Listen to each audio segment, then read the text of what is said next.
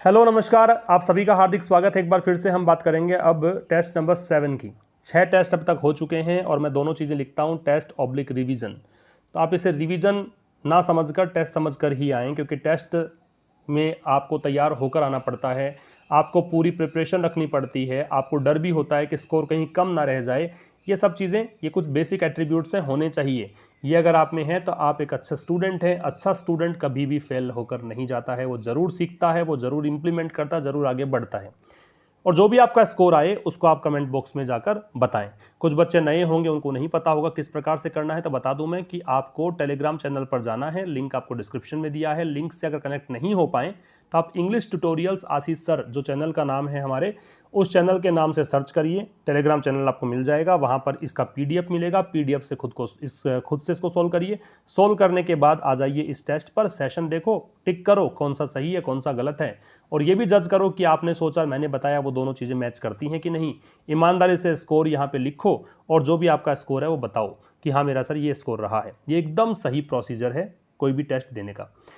अब हम यहाँ पे प्रवेश करें उससे पहले एक बात बता देता हूँ कि हमारी ऐप आशीष क्लासेस पर आपको क्लोज टेस्ट और पैराजम्बल का कोर्स बाई अगर करना हो तो आप बाई कर सकते हैं। वहाँ पे 100 क्लोज टेस्ट और 100 पैराजम्बल का कोर्स एक उपलब्ध है। नया ही कोर्स स्टार्ट किया, अब तक 11 क्लोज टेस्ट हम डिस्कस कर चुके हैं और 3 वहाँ पे पैराजम्बल हो चुके हैं।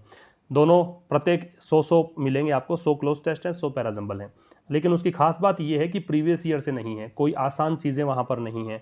वो आपको न्यूज़पेपर से बनाकर, बहुत ही मशक्क़त से, बहुत मेहनत के बाद में बनाकर वहाँ पे तैयार करके देता हूँ। उसका पूरा डिस्कशन होता है, पूरा थरो डिस्कशन होता है, पूरे तरीके से हम उसको देखते हैं, है ना। तो इतना प्रैक्टिस आपकी हो जाएगी इन दोनों चीज़ों की, जो बहुत मुश्किल लगता है और स्टूडेंट्स को, आपको बहुत आसान लगेगा और एग्जाम में अच्छा स्कोर आप कर पाओगे तो बाई कर सकते हो। तो टेस्ट या रिवीजन नंबर 7 की बात करें, पहला क्वेश्चन आपका कॉमन एरर का है। तो कॉमन एरर में देखिए, as in the past this remains life saver for people dependent on fragile livelihoods. तो जैसे कि पास्ट में था वैसे ही अब है कि ये जो चीज़ है अभी भी लाइफ सेवर है। ये एमजी नरेगा की बात थी। अगर आपने वो सेशन देखा है, नहीं देखा है तो आपको पहले वो सेशन देखना है पूरा, तभी आपको ज़्यादा बेहतर नंबर इसके अंदर आने वाले हैं, तभी आप अच्छे मार्क्स लेकर आ सकते हो। तो जैसा कि पास्ट में हुआ, ये अभी भी लाइफ सेवर है, जीवन बचाने वाला है लोगों का। वो लोग जिनकी लाइवलीहुड्स फ्रेजाइल लाइवलीहुड्स, नाजुक होता है वैसे, जो आसानी से टूट जाए वो फ्रेजाइल है।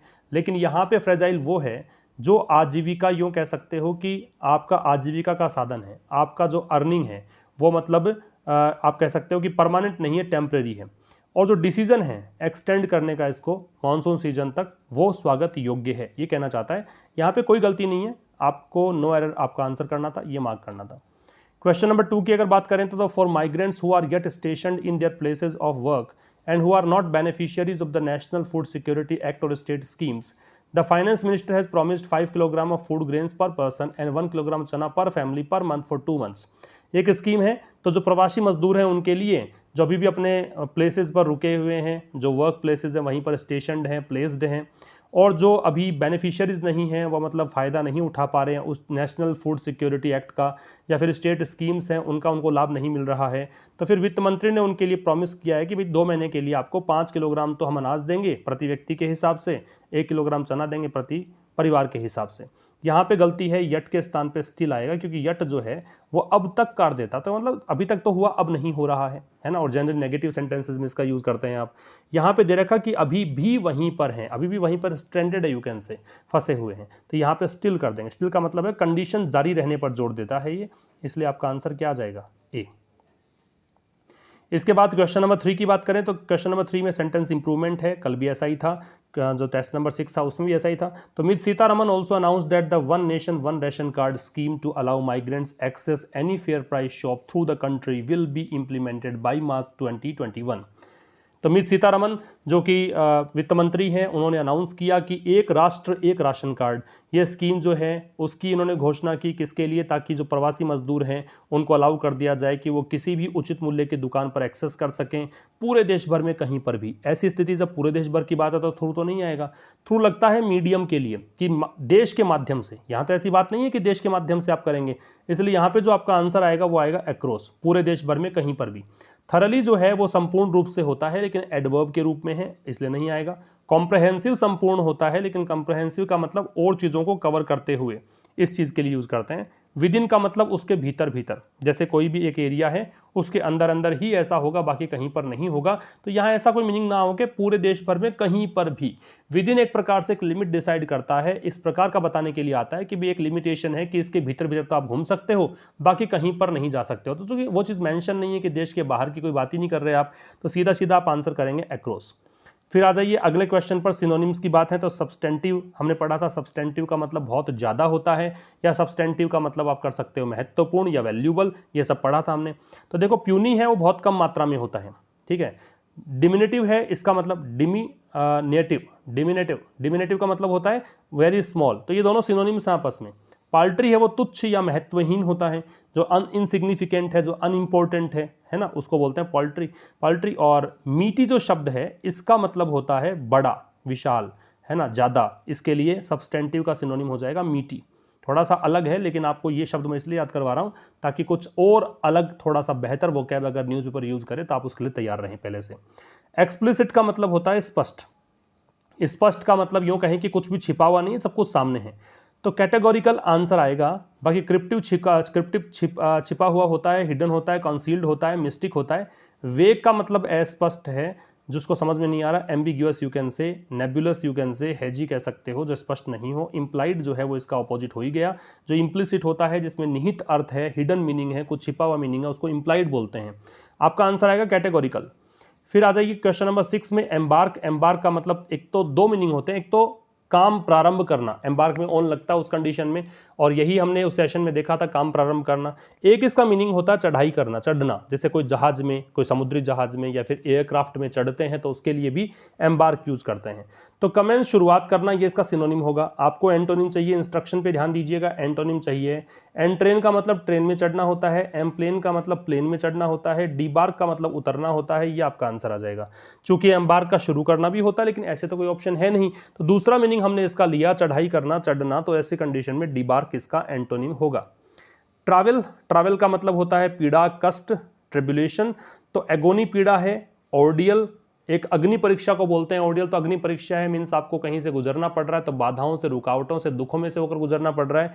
टॉर्मेंट का मतलब भी पीड़ा या कष्ट है, तो लेजर आ जाएगा। फुर्सत में व्यक्ति तभी होता है जब उसके जिंदगी में कोई पीड़ा या कष्ट ना हो, तो इस हिसाब से आप इसका आंसर मार्क करेंगे डी।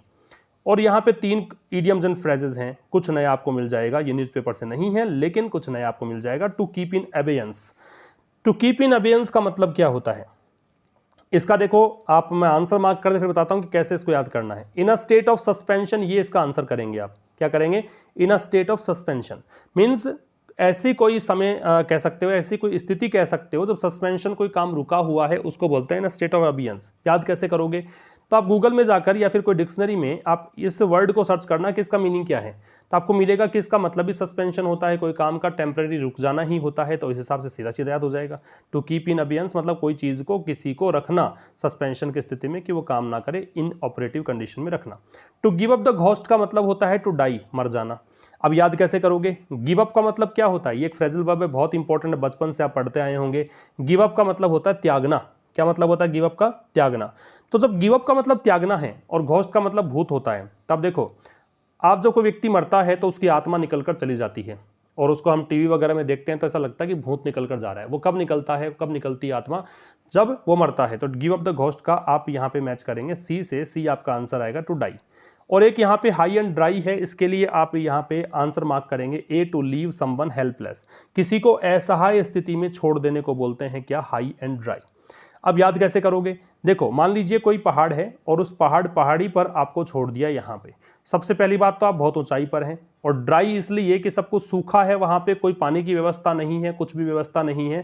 तो आप कैसी कंडीशन में है एक बार इमेजिन करके देखिए। आप ऐसी कंडीशन में है कि असहाय हैं, आप ऐसे तुरंत नीचे भी नहीं आ सकते, और आप बिल्कुल हेल्पलेस कंडीशन में हो चुके हैं, तो इसलिए हाई एंड ड्राई का हो जाएगा हेल्पलेस। तो ये 3 इडियम्स देखी हैं। टू कीप इन अबियंस का मतलब है जो सस्पेंशन की स्थिति में हो, to give up the ghost का मतलब है टू डाई, और हाई एंड ड्राई का मतलब है टू लीव समवन हेल्पलेस। तो अब तक हमारे 7 टेस्ट हो चुके हैं। इन 7 टेस्ट का आपको क्या करना है, एक टेबल बनाइए। उस टेबल में इस प्रकार से डालिए कि जैसे मैं बता देता हूं आपको, मैं थोड़ा सा आपको स्कूलिंग मोड में लेके जाऊंगा ताकि आपके अच्छे मार्क्स आए। ये 1 नंबर, ये 2 नंबर, ये 3 नंबर, ये 4 नंबर, ये 5, ये 6 और ये हो गया 7। ये 7 आपके टेस्ट हो चुके हैं। इसके आपका जो भी स्कोर है, यहाँ मान लीजिए 2 था, यहाँ मान लीजिए 1.5 था, यहाँ 3 था, यहाँ 10 के 10 ही आ गए हों, 9 आ गए हों, 8 आ गए हों, 7 आ गए हों, ये लिखें। जब आप 10 और 15 टेस्ट मेरे साथ कंप्लीट कर लेंगे तो आपको पता लगेगा कि वास्तव में कंसिस्टेंसी है कि नहीं, क्या केवल तुक्के मारे जा रहे हैं, और नंबर अगर नहीं बढ़ रहे हैं तो क्या पीछे कारण है। खुद अपने आप आपको आंसर मिलने लग जाएंगे। तो ये आप टेबल बनाइए, ये ग्राफ तैयार रखें, अपना स्कोर कार्ड पूरा तैयार रखें कि अपने आप को कम से कम देखना आना चाहिए कि मैं कहाँ पर हूँ, कितना पानी में हूँ। तो चलो अब बात करेंगे ट्यूसडे को, क्योंकि आज तो आपको मिला है फ्राइडे का, सैटरडे को मिला है। सुबह 5 बजे सेशन होता है, शाम को 5 बजे हमारा सेशन मंडे टू फ्राइडे होता है द हिंदू एडिटोरियल का। अब सैटरडे संडे को द हिंदू एडिटोरियल नहीं होगा। मंडे का जो सेशन होगा वो हम ट्यूसडे को उसका टेस्ट लेकर आएंगे। तो ट्यूसडे को मुलाकात होगी। तब तक के लिए नमस्कार, थैंक्स अ लॉट।